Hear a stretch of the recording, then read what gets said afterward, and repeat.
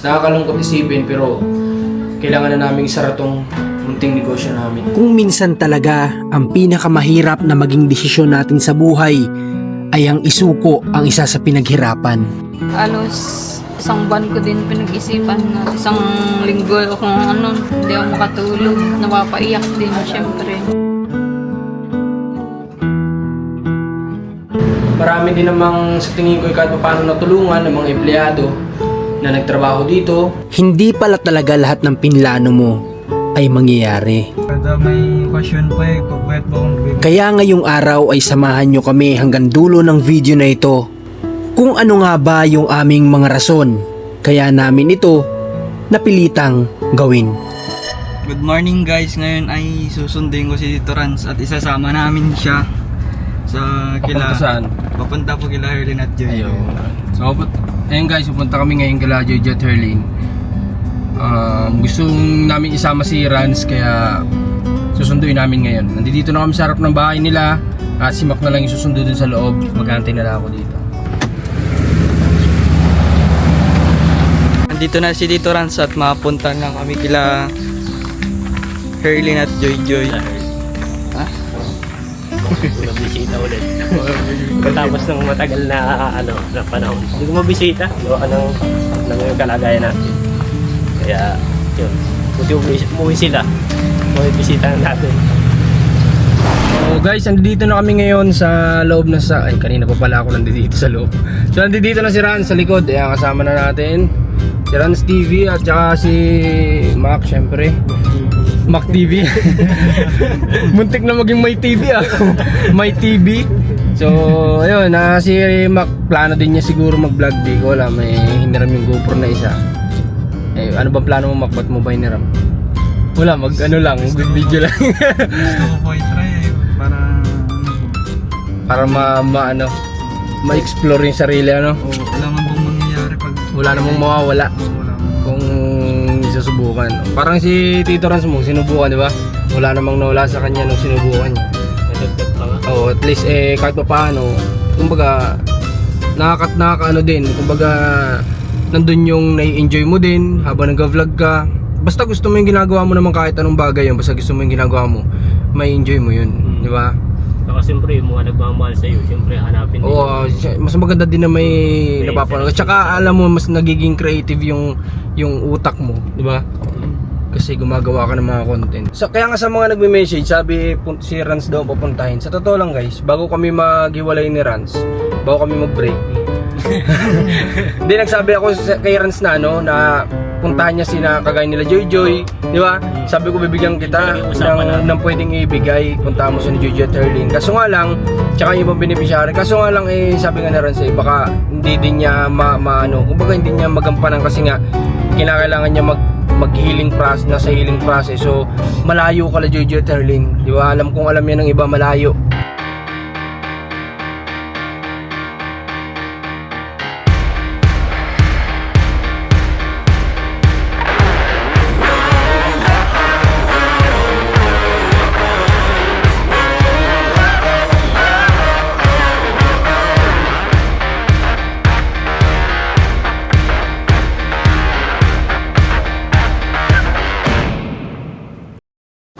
So guys, finally nandito na tayo ngayon sa barangay. Anong barangay to, Rans? Bilyabile. Nandito na tayo. Limot ko na pati.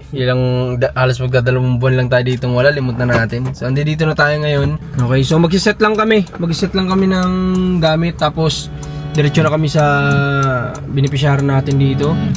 After nun ay balik tayo sa sentro ng Kapalongga. Tapos tingin tayo kung ano pwede pa natin magawa. Una noche pensando en ti, espero que todo esté bien.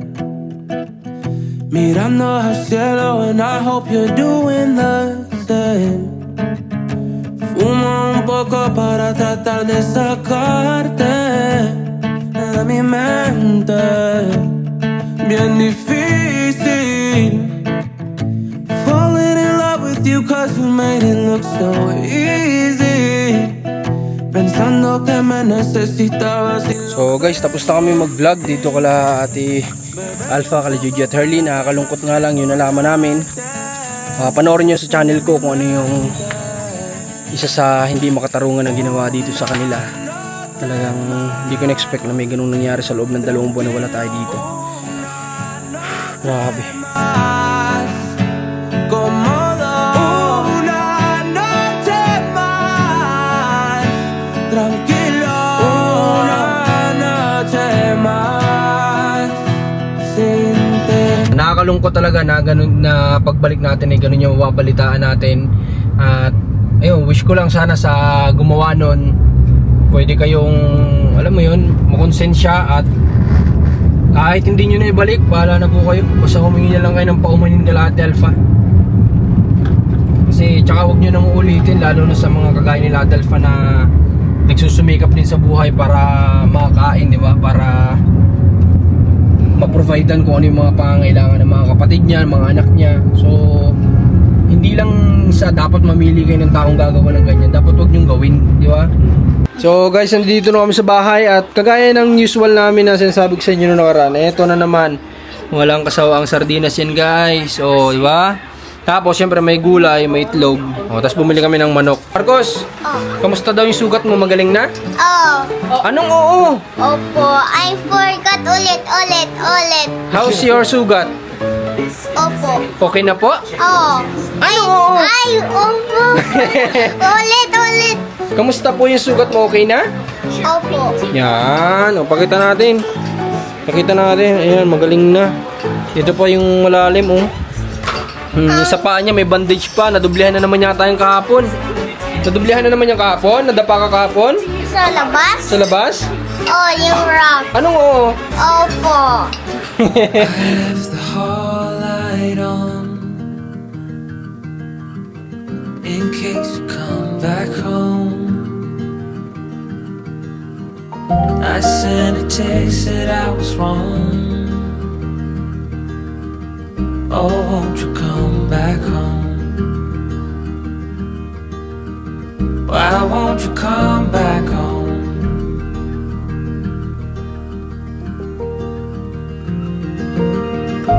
I've been sleeping with the light on dim.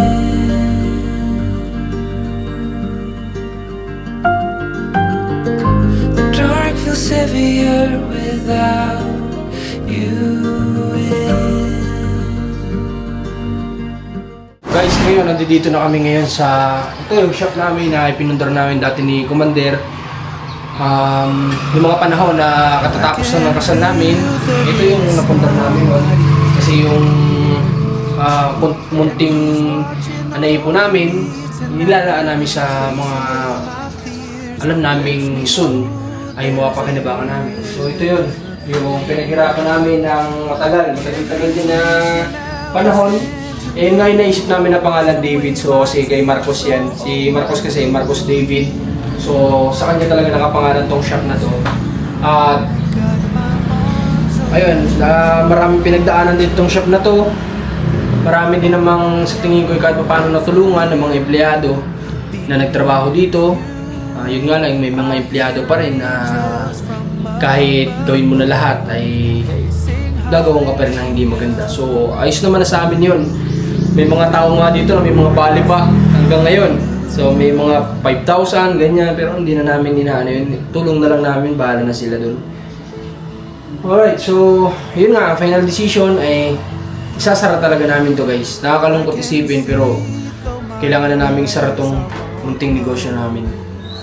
At ngayon, kaya nandito kami ay ayan, magsisimula kami na maghapot ng gamit yung munti nating service punta sa bahay. At para sa ganun, madala din namin sa Candelaria yung mga kailangang dalahin. So may mga malalaki lang talaga, like ito. Itong rep na to, almost 2 to 3 months pa lang to sa amin. Kasi dati nung wala pa to talagang gamit namin, ref lang talaga siya na maliit lang talaga, 2 ref. Pero nakapag-decide nga kami nung mga time na lumalakas, eh kumuha nito. Ref na to. So, ayun, ito, ano na to, kumbaga, ano nagdala, bago? So, kumbaga ito, guys, may 2 o 3 taon, mga 2 o 3 taon natin, o 2 taon, siguro itong shop namin na ito, na pinagsikapan din namin talaga ng sobra-sobra. kami nila Commander, kami nagtutulong-tulong, pati yan, cameraman natin si Mac. Lahat kami nagsakripisyo sa shop na to. Ayun, dumating lang din sa time talaga na hindi namin mafokusan dahil nga sa pag-charity namin. At ang hirap kumuha ng tao dito. Kaya yun, napabayaan talaga ito ng sobrang napabayaan talaga. Unlike before na talagang malakas to, na kami yung gumagawa dito. Talagang malakas talaga nung time na yun. Kaya pa namin noon ang schedule, pero dumating yung time na hindi na talaga kaya. Kaya ayun, yung mga pinubayan namin sa mga tao na hindi namin alam kung ano yung ginagawa nila dito. Siguro sa isang linggo, isang beses lang kami nakakapunta. Kaya ayun, ano din, kumbaga ay lesson learned din sa mga magbi-business na talagang dapat on hand. On hand talaga, dapat. Wala ka ibang iniintindi, talagang businessman ka lang talaga, business woman ka lang talaga, focus ka sa negosyo. Huwag na huwag mong ititiwala sa kahit na sinong tao. Pinsan mo, kamag-anak, sa tao mo, wag. Talaga, wag talaga. Promise, mag-breakdown lang ang ang negosyo mo. Okay? So, silipin natin dito, di lang kita, walang kuryente yata, di yata nabayaran dito nung nasa Candelaria kami. So, ito yung mga kailangan namin, basta marami ditong gamit, like oven, microwave. So, magagamit namin ito sa sa bahay namin kasi wala kami doong microwave. So, pag mag-iinit ng pagkain, di ba? So, kailangan yan. Mga mixer, magagamit din yan, pwede din tayo gumawa ng mga pang-merienda, di ba? Mga pizza, mga ganyan, magagamit natin yan. Tapos ito, yung aircon, dapat bibili kami nung nakaraan doon para doon sa sala namin kasi sobrang init. Pero ito na lang kakabit namin doon sa sala. Siguro naman kaya naman itong aircon na to. So dadalhin na rin namin yung papunta ng Candelaria. Ito lang yung mga pinoproblema ko. Kaya nito, itong stante na to ay medyo malaki. Medyo di ko alam kung paano gagawin natin dito, kung may bibili, ganyan. So itong glass, ito bago lang din kasi ito, wala kasing glass tong shop na to dati. Nag-decide lang kami palagyan ng aircon kaya nilagyan ng ganito. So ito, babayaran naman ng kukuha dito. Gagawin yata nila itong pharmacy. Pero mas maganda sana kung yung isa namin kausap ang kukuha. Kasi siya ay kaibigan din, may cake shop din dito. So gusto niya sana itong kunin. Masasakop to lahat. Kasama to, kasama yan.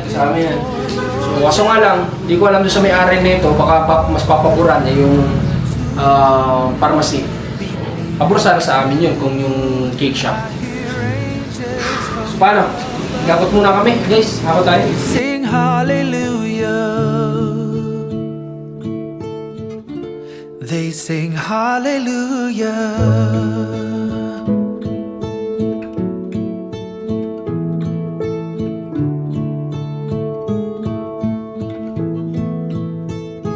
I can see though my eyes are all closed. Yeah, He gives me strength to carry on and always lets me know that I'm. Ito, tinan natin, tinan nyo, wala nang laman. So, may tinapay pa nga, sira na yan. Tapos itong mga to, wala na, hindi na natin magagamit talaga yan. Ito, walang kalaman-laman, diba? Meron pa kami dito mga pan-display, yan, sa mga cakes. Ang dami pa nito guys, di ko alam kung pwede natin kahit paano i-alok yan dun sa may cake shop dito na kaibigan natin. Para magamit, sayang, anuhin naman namin yan, diba? Ang dami pang balloons. Ito, gawa pa ni Commander yan, bouquet. Yan, yung bouquet niya yan, gawa ni Commander yan. Hindi totoong pera, hindi totoo. Ano lang, display lang yan. Ayan, pati itong printer, dadali natin to, magagamit natin yan, syempre. Printer.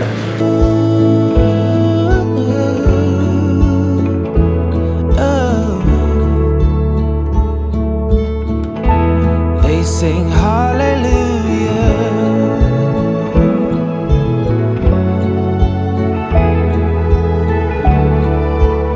Para po sa lahat ng hindi nakakaalam, ito pong shop na to ay gumastos kami dito halos ni Commander ng mahigit kalahating milyon. Lahat-lahat po yun. Pagpapagawa, lahat, mga gamit. Kasi alam nung iba na hindi biro talaga yung gamit kapag related sa pastry. Diba? Hindi biro yung mga gamit kapag related sa ganyan, sa cake, mga mixer pa lang, oven, diba? Microwave, mga ingredients sa sobrang mahal. Dami pa namin dito ingredients talaga guys.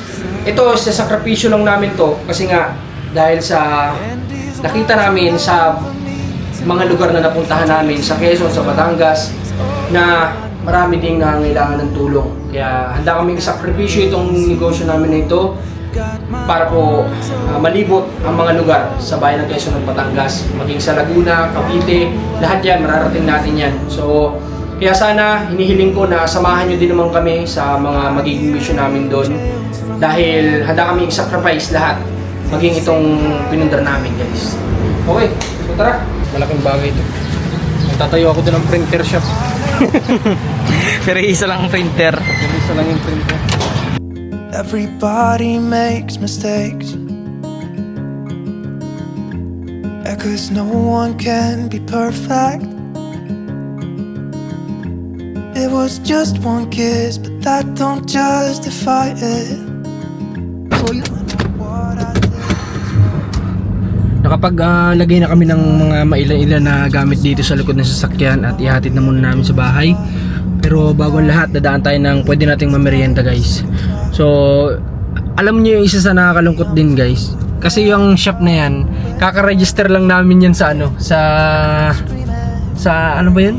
Yung, alam mo yun, sa munisipyo. Yung, alam yun ang mga nagninegosyo, di ko lang masabi.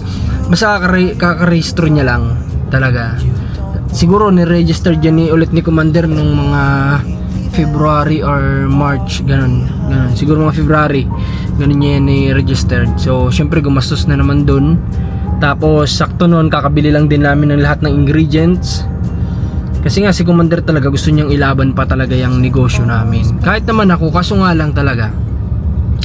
Tinitingnan ko din kasi yung status dito sa Bicol na ang hirap kasi ang hirap dito ng ang hirap dito kasi nakadepende lang dito ang tao sa kopra, sa panghuli ng isda bago sila makabili ng mga ganyan. At pamahal ng pamahal ang mga ingredients, so hindi ko naman pwedeng taasan yung presyo ng cake kasi nga alam kong hindi na nila magiging afford yun. Kaya talagang sabi ko ang hirap ng tindigan ng negosyo dito. Yun din unang rason, isa sa mga rason. Kaya sabi ko siguro time to give up. Tanggapin natin na na-fail tayo sa first business natin, di ba? So, kaya pa naman sana kung i-focus lang talaga. Kaya nga sabi ko sa inyo, di ba, wag kayo magninegosyo talaga ng hindi kayo focus at on hand. Talaga malulugi lang. Kaya naman namin yung sana pang itaguyod ulit. Kumbaga itayo ulit. Kaso nga lang talaga may mga bagay kasi na kinakailangan din nating subukan naman, di ba? Kailangan nating sumubok ng bago naman. Okay. At ano pa bang kailangan nating gawin? Wala, bumili lang ng merienda. Si Mac matagal din di ba? Opo. Natuto din yan si Mac natuto mag-bake. Siya yung nagbabantay, di ba? Kada may okasyon po pagpuyat ba akong bibigyan. Kapag may okasyon, siya yung puyat din sa pagbe-bake. Kaya lahat kami talaga dyan ay talagang halos nagsakripisyo. Di ba? Pati si Rans nagtrabaho din dyan noon, noong mga time na naging baker din siya dyan. Kaya talagang memorable. Sarado. Okay, hanap tayo na iba. Talagang memorable din talaga sa amin yung shop na yan, syempre. So anong masasabi mo kasi yung pinaghirapan natin wala na, makuklose na natin ng ganun. Nabot lang halos 2 taon, ganyan. Wala. Halos isang buwan ko din pinag-isipan na, tapos halos isang linggo akong hindi ako makatulog. Kakaisip dun. Tapos napapaiyak din syempre. Kala ko magtatagal yun. Kasi matagal-tagal din natin pinaghirapan kasi, di ba? Ang dami-dami natin doon expenses na hindi nabawi, hindi bumalik. Halos sabi ko nga inabot ng mahigit 500,000, di ba? Oo. Halos mahigit na lahat, di ba? Oo. Di ba sinabi ko nga sa kanila na yung shop natin halos talagang kaka-registered. Ano ba tawag dun? Kaka-renew ng business permit. Ayun, kaka-renew lang talaga ng business permit nung shop na yun nung buwan ng anong buwan? January. So buwan ng January, tama nga yung February pala yung sabi ko kanina. So buwan pala ng January. So February, March, April, May. So 4 months pa lang na tumatakbo yung shop na naka newly registered yun. Kumbaga 1 buong taon kasi yung binabayaran. So at saka hindi lang kasi din yung doon, yung talagang lahat ng gamit, di ba? yung dami ng ingredients pa na nandoon hanggang ngayon. So yun nga, ano naman ang meron ka bang pinagsisihan na nagtayo tayo ng negosyo na ganun? Hindi na ako nagsisi, at least nagsubok tayo sa business na ang alam natin ay mag-click, syempre. At Kasi nung time na yun din, tayo lang yung... bukod sa tayo lang yung meron ditong shop, sobrang baba pa ng costing nun, di ba? Oo. Yung mga ingredients, sobrang baba pa talagang ibibigay mo pa yung produkto na ginagawa mo ng lowest price, di ba? Kasi yun naman yung afford ng mga Yun yung tao. afford ng tao dito kasi kaya nga kami, hindi talaga namin gawa lahat nagtaas na, kami baligtad hanggat kung pwedeng ibaba pa ng konti kahit na nagmahal yung costing, binababa namin para lang po sa mga tao dito kasi nga gusto naman namin na alam mo yon na yung may kaarawan ng mga bata na humihiling sa magulang ng cake man lang, di ba? Oo.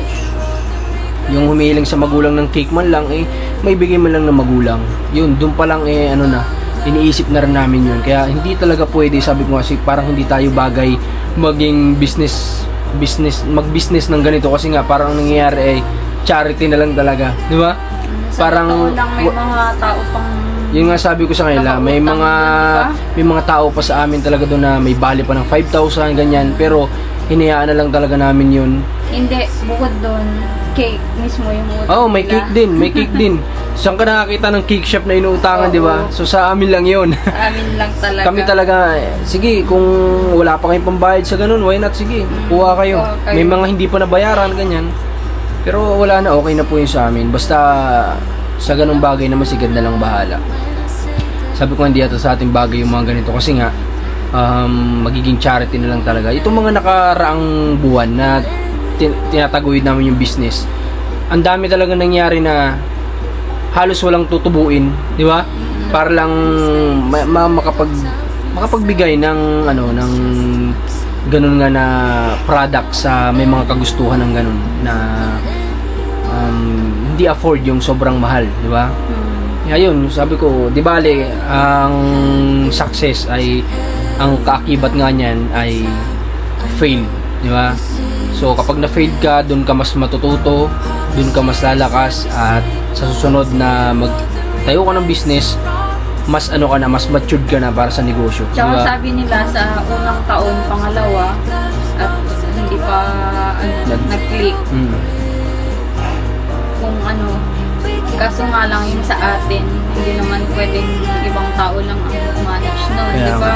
At saka Ilang beses na tayong na-fail din sa naging tao, kaya sa tao kami talaga rin nagkakaproblema. Ang hirap talaga guys dito ng gumawa ng tao. mas mabuting Kaya mas mabuti i-give up na lang talaga, di ba? Kasi ang cake ay kinakailangan talaga ng tao, di ba?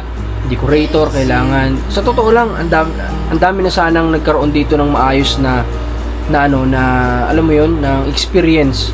Kasi nga tinuturuan namin silang gumawa ng cake, tinuturuan namin sila mag-bake, na which is kapag pinag-aralan nila 'yon sa mga colleges o sa mga something na nagpapaaralan ganun, ay malaki yung mga gagastos nila, di ba?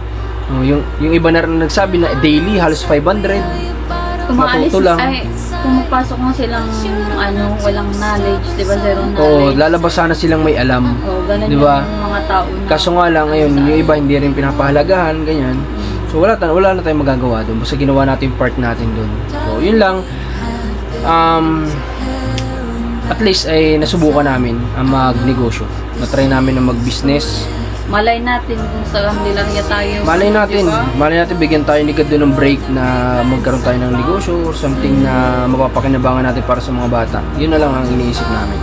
Kaya sabi ko, wala kaming kasiguraduhan sa magiging buhay sa Quezon. Pero dahil sa gusto namin mag-try ng something different naman sa buhay namin, papasukan namin. Kung ma-fail, di-fail, di ba? Try ulit. Yun lang naman, ganun lang naman talaga ang buhay. So, yun lang. At may gusto ka pa bang sabihin sa kanila? Ipagpatuloy lang nila yung panonood sa atin. Yun. Kasi nga, sabi ko, itong give up natin din. Kasi sa totoo lang, kaya naman natin kung i-focus lang natin. Kaya naman. Kasi nga lang, nagkaroon din tayo ng opportunity na makatulong sa kagaya nga niya sa Quezon, sa Batangas, na-encourage kami na ang dami pa pala rin dito nangangailangan, di ba? Na ang dami pa natin dito pwedeng libutin, why not subukan naman natin dito. Kaya give up namin talaga. Kaya sana samahan nyo kami sa mga magiging mission natin, laban natin sa labas ng Bicol. Yun lang naman po yung hiling namin. Tsaka naawa na din kami doon sa bahay. Yun nga, ulit-ulit kong sinasabi. Walang tao. Walang tao na Nakakalungkot na, alam mo yun, alisan mo na naman, alam mo na namang wala na namang tao, nakakalungkot. Tsaka dito, alam ng karamihan na nangungupahan lang kami dito. Wala pa kami sarili, although may mga properties na kami ditong lupa, pero wala pang bahay. Di ba? Kasi nga nagkakaproblema ang mga lupa. So, ayun, pipilitan kami na maging na lang din, isa rin yung reason na maging tawag dito, practical, na instead na naghuhulog kami dito, di na din, choice na rin yun. doble-doble kasi yung electric Oh, natin. electric, Yung apartment. Rental sa doon, shop. may bahay naman. So, yun na din, isa na rin sa rason yun. Kumbaga maraming rason talagang binibigay sa amin si God ngayon para subukan yung panibagong buhay sa Quezon. Kaya sabi ko, this is it na talaga yun. Ito na yung binibigay sa atin ni God na break naman para sa labas ng Bicol. Kaya yun lang naman, samahan nyo lang kami. Sana, yun lang yung hiling namin. Ano? Wala ka na ibang gusto sabihin? Yun, at nagpapasalamat kami sa mga talagang solid viewers. Solid talaga. Dating ilang taon na silang sumusuporta. Yun, thank you so much. Thank you sa inyo lahat na talagang hindi kami iniwan. At ngayon ay mas ramdam namin yung pagiging solid nyo talaga. Kaya salamat po. Salamat ng marami. Sana huwag nyo kaming iwan. At kami, hindi kami titigil hanggat kaya naming tumulong. At sabi ko nga, samahan nyo kami sa channel na to hanggang si Commander ay makabalik na sa pag-charity. Diba? At magamit niya ulit itong channel na ito pang tulong. Kaya namin to ginagawa para pagdating ng time na okay na siya, ito yung kakampi niya para sa pagtulong niya, di ba? Itong channel na to. So yun lang po, at maraming salamat. Sana may natutunan kayo, kagaya ng sabi ko kanina sa inyo na kung magninegosyo kayo, mas piliin nyo na mag-focus lang talaga sa negosyo. At hands-on. Hands-on. Kumbaga, kung gusto nyo pasukin ng pagninegosyo, pag-isipan nyo ng maraming beses kung wala bang makakaagaw ng oras nyo sa business na gusto nyo itayo. Yun lang naman. Kasi dapat focus talaga kayo. Kung gusto nyo mag-grow, focus talaga. Okay, yun lang naman po. At maraming salamat sa pagsuporta at pagmamahal. Muli, Marcos TV Channel, Commander Marcos. At God bless po sa lahat. Ingat po kayo. Kita-kits tayo sa next vlog. Kahit na ganito man ang nangyari sa unang naipundar namin na negosyo ng aking asawa na si Commander, basta ang alam ko, naniniwala ako na may mas maganda pang plano para sa amin, ang mahal na Panginoon.